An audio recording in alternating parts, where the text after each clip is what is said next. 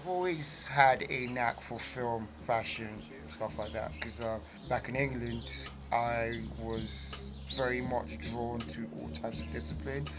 And back then, I was not focused on what I really wanted to do. Because I wanted to do, at one point, I wanted to be a photographer. And then the next minute, I wanted to be a filmmaker. And then the next minute, I wanted to be a fashion designer. I was like, okay, what do I do? What do I really want to do? And I was like, okay, you know what? Everything I always wanted to do growing up, I'm going to do them regardless. Whether I'm good at it or not, I'm going to make sure I do it. Whether it's being a chef, which I was for 2.5 years, and I realized it wasn't for me.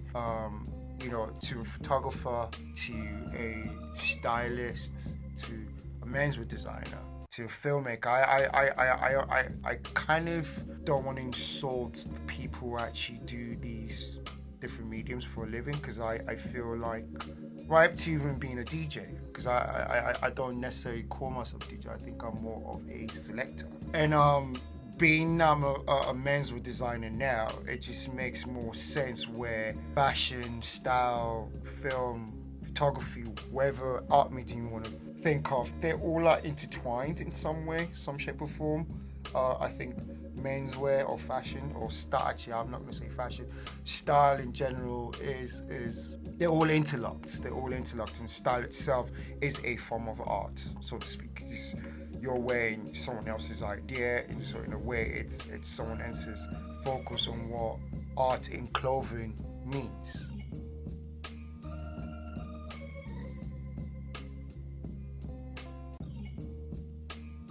If there's one thing I'd say to myself this year was like, is to keep my ego in check, because I think from our perspective, it's like when you meet certain people and they kind of sort of doubt what talent you have.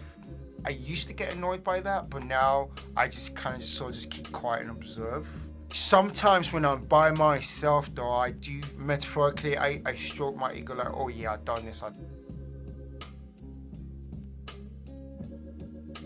When I was in university back in England, there was this one particular guy called George who worked at a very reputable menswear shop called Duff St. George.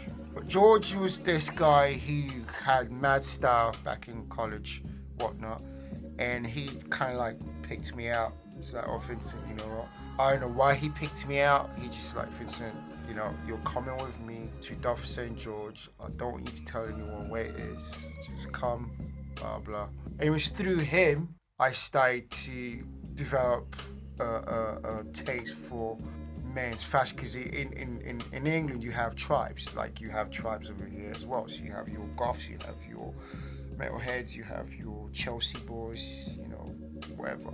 And it was up to you as an individual growing up to figure out exactly what lane you wanted to be in. And for me, my heroes back then we used to go to a place called Camden Market, and we would see Jean-Paul Gaultier. I remember I seeing Jean-Paul Gaultier for the first time, Vivienne Westwood, Yohji Yamamoto. It was just, they were just right there in front of us, and it was just such a beautiful. This is the '90s, and through that, I was very fortunate to mix with the right crew of people. I would say older. I was learning, and I guess I was nurtured from a young age to decipher what was good and what was bad. And I remember growing up where I would walk around with tapes of like hip hop music, and I would be at a party and so here comes Vincent again, you know, blah blah, because I was sticking the hip hop tape, and I'd be probably the only one dancing to, because no one else could get into it. So I was always being like, so to the point where I was like, okay, I'm just gonna just create my own little world and just exist in it, you know, and just create my own music style, whatever. It was only when I moved out here I started to find pockets of similar fellow people like myself, where, oh, so you know, so and so likes this, and so likes this, and so likes this, so likes this type of comic or type of genre of music. And I realized, okay, perfect. So this is a perfect place for me to be at. I would wake up in the morning in England and know exactly how my day would end. New York's not the same way.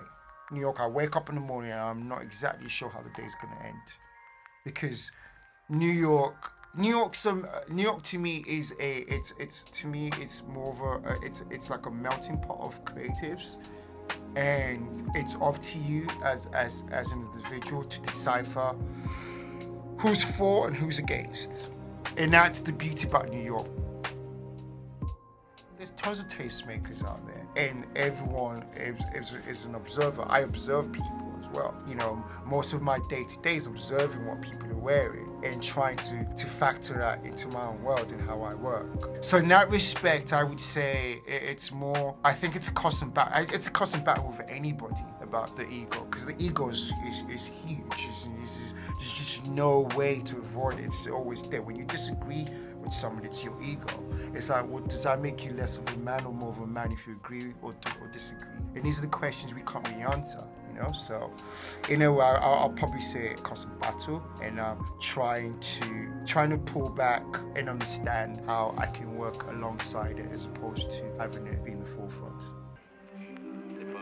One thing I was always doing, and as my girlfriend used to tell me, was every time things went wrong, my reaction to it was negative, and that just made things worse.